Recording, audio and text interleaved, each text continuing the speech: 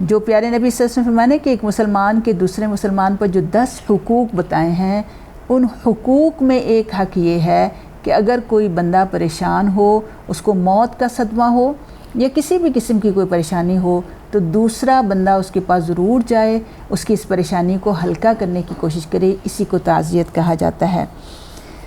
اب تعزیت جو ہے یہ اس پر اجر کتنا ملتا ہے، یعنی مصیبت میں کسی کو ذہنی اور جذباتی سہارا دینا، اس کی ایک بہت بڑی مدد ہے۔ تو اس حوالے سے اس کا اجر آپ دیکھیں کہ سیدنا انس بن مالک رضی اللہ عنہ سے روایت ہے کہ رسول اللہ صلی اللہ علیہ وسلم نے فرمایا کہ من عز اخاہ المؤمن فی مصیبتہ کساہ اللہ خلۃ خضراء یتحور بہا یوم القیامۃ۔ حدیث کا مفہوم یہ ہے کہ جو اپنے مسلمان بھائی کی مصیبت میں اس سے اظہار ہمدردی کرتا ہے، اللہ تعالیٰ روز قیامت اسے قابل رشک پوشاک پہنائیں گے۔ سبحان اللہ، کتنی بڑی چیز ہے۔ کسی صحابی نے دریافت کیا کہ یحبرہ سے کیا مراد ہے؟ آپ صلی اللہ علیہ وسلم فرمایا کہ یغبطو یعنی حدیث میں الفاظ یحبر کے آئے ہیں۔ تو اس کا جب مفہوم پوچھا تو نبی صلی اللہ علیہ وسلم نے اس کے جواب میں بتایا کہ یغبط یعنی جس پر دوسرے کو رشک آئے۔ تو یہ چیز جو ہے آپ دیکھیں کہ ہمارا دین جو تصور مسلمان کو دینا چاہتا ہے وہ یہ ہے کہ بندے کا ہر عمل جو ہے وہ جزا یا سزا کا مستحق ہوتا ہے، اور وہ اس کو چونکہ یہ دو فرشتے ہر وقت بیٹھے ہوئے ہیں دائیں اور بائیں، اور بندے کا ہر عمل لکھ رہے ہوتے ہیں، تو نیت کی درستگی کا ہونا بہت ضروری ہے، کیونکہ انما الاعمال بالنیات کہ انسان کے عمل کا دار و مدار نیت پر ہے۔ اگر خالص عبادت کی نیت سے وہ چھوٹے سے چھوٹا کام بھی اس کام کو ایک بہت بڑی نیکی کے لیول تک جو ہے وہ لے جاتا ہے، اور بندے کو اس کا اجر دنیا میں بھی عام طور پر نیکی کا ملتا ہے، اور آخرت میں تو بلا شبہ وہ اجر اللہ تعالیٰ بڑھا چڑھا کر دیں گے کہ ایک نیکی کو 700 گنا تک بھی مل سکتا ہے۔ تو آپ دیکھیں کہ یہاں اگر یہ نیت ہوگی کہ تعزیت کا مقصد کیا ہے کہ میت کے لواحقین کو غم سے نکالنا، انہیں معمول کے مطابق حالت میں لانا، اس لیے اگر وہ کوئی بھی انسان جو ہے اس نیت کے ساتھ اور اس حدیث کے مطابق جب اپنے کسی مسلمان بھائی کی تعزیت کرے گا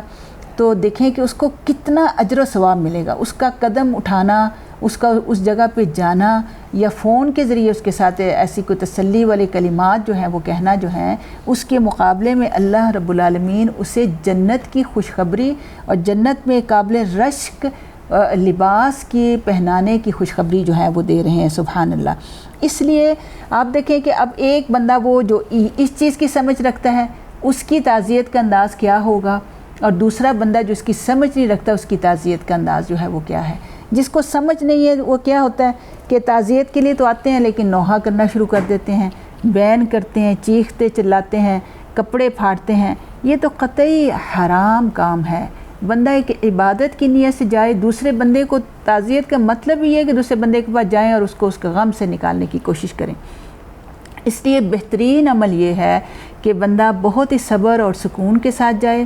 جس بندے کو مصیبت پہنچی ہے اس بندے کو تسلی دے، جس طرح سے بھی تسلی دے سکتا ہے، اور اس کا بہترین طریقہ یہ بھی ہے کہ مرنے والی کے نیکیوں کا تذکرہ کیا جائے، اور اس پر اللہ نے جس اجر و ثواب دینے کا وعدہ کیا ہے اس کی میت کے لیے دعا بھی کی جائے، تذکرہ بھی کیا جائے۔ پھر یہ بھی کہا جائے کہ دنیا جو یہ فانی دنیا ہے اس کی مصیبتوں اور تکلیفوں سے میت کو جو دنیا میں مشکلات تھیں، اب اللہ تعالیٰ اس کے لیے اس کو رحمت اور تسکین کا ذریعہ جو ہے وہ بنے۔ تو اس لیے بعض لوگوں کو تعزیت کرنے کا یہ اچھا انداز نہیں آتا، بلکہ وہ الٹا جا کر دوسرے کے غم میں مزید اضافہ کرتے ہیں، رو رو کر، اور یہ کہہ کہ ہائے بیچارہ چلا گیا اور باقی پیچھے رہ گئے، اور اس طرح سے جو غم میں مبتلا شخص ہوتا ہے اس کا غم اور بڑھ جاتا ہے۔ جبکہ بعض لوگ جو ہیں تعزیت کے جو پھر اس حوالے سے ہم نے یہ بھی دیکھنا ہے کہ کیا نبی صلی اللہ علیہ وسلم نے تعزیت کرنے کے کوئی مسنون الفاظ بھی ہمیں سکھائے ہیں کہ نہیں، وہ بھی ہم حدیث کی روشنی میں دیکھتے ہیں۔ دیکھیں کہ اللہ کے نبی نے جو سکھائے ہیں وہ دیکھیں، یہ الفاظ ایک اپنی بیٹی سیدہ زینب رضی اللہ عنہا کو دلاسا دیتے ہوئے فرمائے تھے کہ ان کا ایک نواسہ جو تھا وہ فوت ہو رہا تھا، ان کا بچہ یا بچی، حدیث میں یہ لفظ نہیں آتا، وہ حالت نزاع میں تھا، تو انہوں نے بار بار بھیجا نبی صلی اللہ علیہ وسلم کے پاس پیغام کہ آپ ہمارے پاس آئیں، اور آپ صلی اللہ علیہ وسلم مصروف تھے کسی کام میں، تو آپ نے پیغام لے کر آنے والے کو یہ پیغام دے کر بھیجا کہ ان للہ ما اخذ وللہ ما عطا وکل شیء عندہ الی اجل مسمی فلتصبر ولتحتسب۔ اس کا مفہوم یہ بخاری اور مسلم کی اور نسائی کی حدیث ہے، اور امام نووی رحمہ اللہ کہتے ہیں کہ یہ حدیث اظہار تعزیت کے لیے بہت ہی عمدہ نمونہ ہے۔ اللہ کے نبی نے فرمایا کہ